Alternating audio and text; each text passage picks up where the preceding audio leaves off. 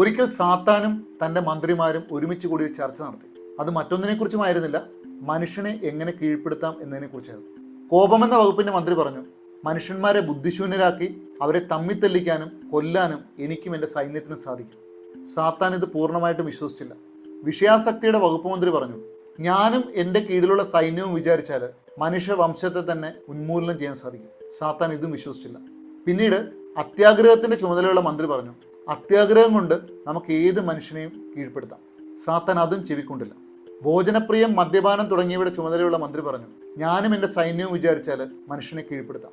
സാത്താൻ അതും വിശ്വസിച്ചില്ല. ആ സമയത്ത് ഉപമുഖ്യമന്ത്രി പറഞ്ഞു, എൻ്റെ കയ്യിൽ ഒരു മഹത്തായ ആശയമുണ്ട്.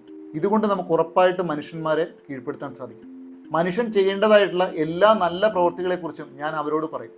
അത് നിറവേറ്റാനായിട്ട് ഞാൻ ഉപദേശിക്കും. അത് ചെയ്യാനായിട്ട് ഞാൻ അവരെ നിരന്തരം പ്രോത്സാഹിപ്പിക്കും. എന്നിട്ട് ഞാൻ അവരോട് പറയും, അത്ര തിടുക്കമൊന്നും കാണിക്കേണ്ട, ഇതെല്ലാം നമുക്ക് നാളെ ചെയ്യാം. നിങ്ങൾക്ക് ചെയ്യാനുള്ള നല്ല കാര്യങ്ങൾ ആരംഭിക്കുന്നതിന് അനുകൂലമായ സാഹചര്യങ്ങൾക്ക് വേണ്ടി നമുക്ക് കാത്തിരിക്കാം. ഇത് കേട്ട ഉടനടി സാത്താൻ പറഞ്ഞു, ബലേബേഷ്, മഹത്തായ ആശയം.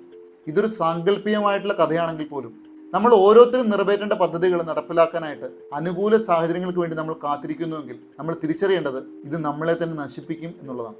അതുകൊണ്ടാണ് ഇപ്രകാരം പറയുന്നത്, ഇന്ന് ചെയ്യേണ്ടതിനെ ഇപ്പോൾ ചെയ്യുക, നാളെ ചെയ്യേണ്ടതിനെ ഇന്ന് ചെയ്യുക. കാരണം നമുക്ക് നാളെക്കുറിച്ച് ഒരു ധാരണയുമില്ല. ഈ ഒരു കാര്യം എപ്പോഴും ഓർമ്മയിൽ സൂക്ഷിക്കുക. Procrastination is A assassination of your dreams. എല്ലാവർക്കും ശുഭദിനം. Thank you so much.